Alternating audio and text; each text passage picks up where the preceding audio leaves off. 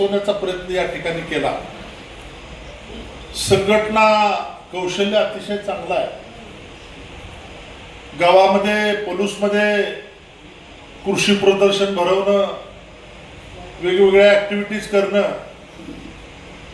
आणि गावामध्ये देशात काय चाललंय हे पोचवण्याचा प्रयत्न प्रदीप सत्ता असो नसो सातत्यानं त्या ठिकाणी करत असतो। म्हणून म्हटलं हा कार्यक्रम आपल्याला या ठिकाणी चुकवता येणार नाही। आज या ठिकाणी मला पुढारी पेपरनी मला महायुवा पुरस्कार या ठिकाणी दिला। 30, 35, 40 वर्ष राजकीय संघर्ष, सामान्य लोकांसाठी संघर्ष या ठिकाणी केला, त्याची पावती म्हणून पुढारीने मला हा पुरस्कार दिला। परंतु हे संघर्ष करत असताना त्याच्यात महत्वाचा पाठिंबा किंवा सहकार्य असणाऱ्यांची नावं या ठिकाणी घ्यावी लागतील। त्या ठिकाणी अग्रक्रमानं अण्णासाहेबांचं नाव या ठिकाणी घ्यावं लागेल।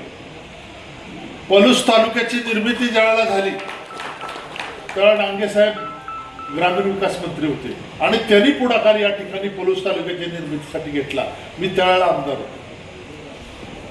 आता नवीन पिढीला ह्या गोष्टी माहीत नाही, परंतु हा योगायोग होता। आज अण्णासाहेबांचा या ठिकाणी आपण मी या ठिकाणी यथोचित सत्कार घेतला, परंतु या पलूस नगरीवरती अण्णासाहेबांचे फार मोठे उपकार आहे। तालुक्याच्या नकाशावरती या गावाला आणायचं काम कोणी केलं असेल तर ते अण्णासाहेबांनी केलं। मनोहर जोशी त्यावेळेला मुख्यमंत्री होते, गोपीनाथ मुंडे उपमुख्यमंत्री होते। आपांची निवडणूक एक आम्ही लोकसभेची लढलो, ताकदीनं लढलो। आमचा निशक्ता पराभव त्यावेळेला झाला, परंतु निवडणूक बघण्यासारखी सगळे टोलेजन पुढारी एका बाजूला होतो आणि आम्ही सामान्य मंडळी एका बाजूला होतो। अतिशय चांगली निवडणूक त्यावेळेला लढवली आणि आप्पांनी आयुष्यभर संघर्ष केला आणि संघर्ष करत करत त्यांनी आपली राजकीय कारकीर्द उजळवण्याचा प्रयत्न या ठिकाणी केला। ग्रामीण विकास मंत्री म्हणून त्यावेळेला, पाणी पुरवठा मंत्री म्हणून त्यावेळेला अत्यंत चांगलं काम केलं। आप्पांच्या काळात महाराष्ट्रामध्ये सगळ्यात पिण्याच्या पाण्याच्या योजना त्यावेळेला झाल्या। हा विक्रम कुणीही मोडू शकला नाही, एवढं काम त्या ठिकाणी त्यांनी चांगलं केलं। खरं तर सर्जेराव अण्णांना महाराष्ट्र चेंबर कॉमर्सच्या उपाध्यक्षपदी बिनविरोध निवडून जाण्याचा मान त्या ठिकाणी मिळाला। अण्णा एक चारित्र्य संपन्न मनुष्य आहे आणि उद्योगधंद्यामध्ये पलूसमध्ये जी काही 4-2 उद्योग करणारी मंडळी आहे, 4-5 मंडळी, त्याच्यामध्ये अण्णांचा प्रमुख सहभाग त्याच्यामध्ये आहे, त्यांचं नाव आहे आणि 500-600 लोकांना त्यांनी या ठिकाणी रोजगार या ठिकाणी दिलेला आहे। आणि एक सामान्य गरीब कुटुंबातनं पुढे आलेलं नेतृत्व म्हणून अण्णांच्याकडे या ठिकाणी बघितलं जातं। अण्णांचे वडील किर्लोस्कर मध्ये होते कामाला आणि अण्णांनी बी फार हलाख्यात दिवस काढले, गोट्यात त्यांचं बालपण गेलेलं आहे आणि त्याच्यानंतर हा 400-500 कोटीचा उद्योग भविष्यात त्या ठिकाणी त्यांचा उभा झाला। त्याला एवढा मोठं यश मिळण्याचं कारण काय तर माणसाचं कर्म चांगलं असावं लागतं। अण्णांचं कर्म चांगलं आहे, देगा तोही बेला नाही देगा तो बी भला, म्हणजे त्यांनी कुणाकडं दुस्वासानं बघितलं नाही।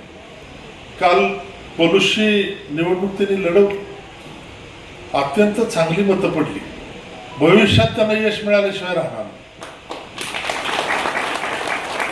कारण हे बघायचं असेल तर आप्पांच्याकडे बघितलं पाहिजे।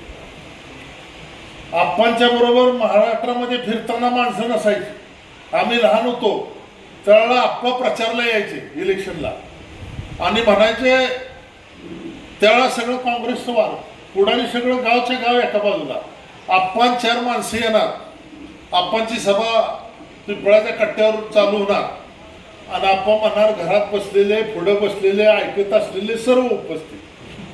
त्याच्यानंतर आप्पा आमदार झाले, मंत्री झाले, म्हणजे काही बॅकग्राऊंड नसताना आप्पा तिथपर्यंत जाऊ शकतात आणि अण्णा तुम्हाला बॅकग्राऊंड आहे। आमच्यासारखी फौज तुमच्या मागे आहे. त्यामुळं तुम्हाला 100% यश मिळेल. आणि या गावाला चांगल्या नेतृत्वाची गरज आहे. या गावाला तालुका करून देण्याचं काम आम्ही केलं, पण तालुक्याच्या नंतर काही मोठ्या कल्पना आमच्या बी डोक्यात होत्या तालुक्याच्या संदर्भामध्ये, त्या पूर्ण झाल्या नाहीत. आणि यावेळेला होतील असं वाटत होतं, पण तो डाव अर्धा राहिला. परंतु भविष्यात होईल, काय अडचण येणार नाही.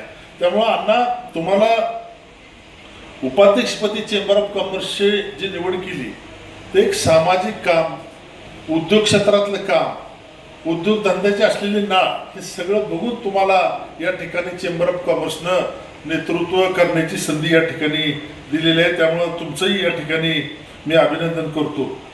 त्याचप्रमाणे आमचे मित्र सुनील भोसले धनगावचे, सेंद्रिय शेतीच्या संदर्भात ते अतिशय तत्पर आहे.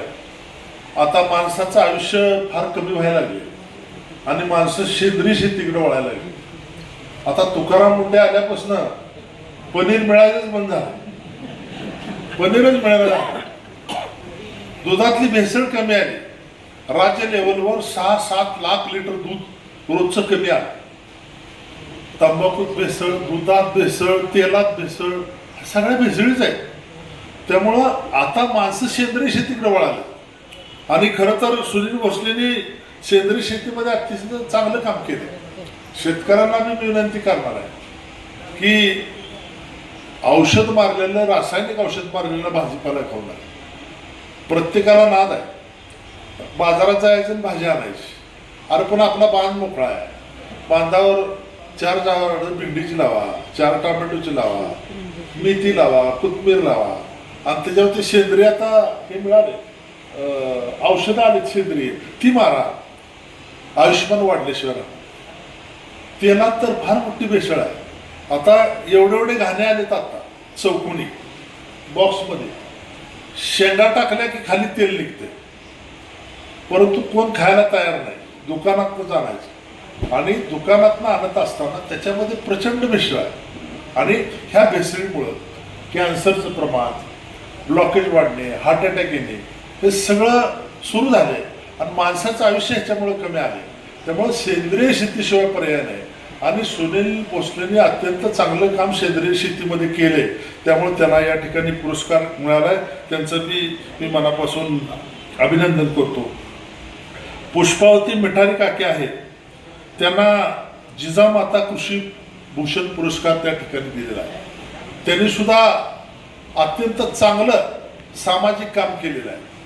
समाजामध्ये मी गेले 25-30 वर्ष बघतोय, त्या महिलांमध्ये, समाजामध्ये जनजागृतीचं काम अत्यंत चांगलं करतायत. त्यांना पुरस्कार मिळाला त्याबद्दल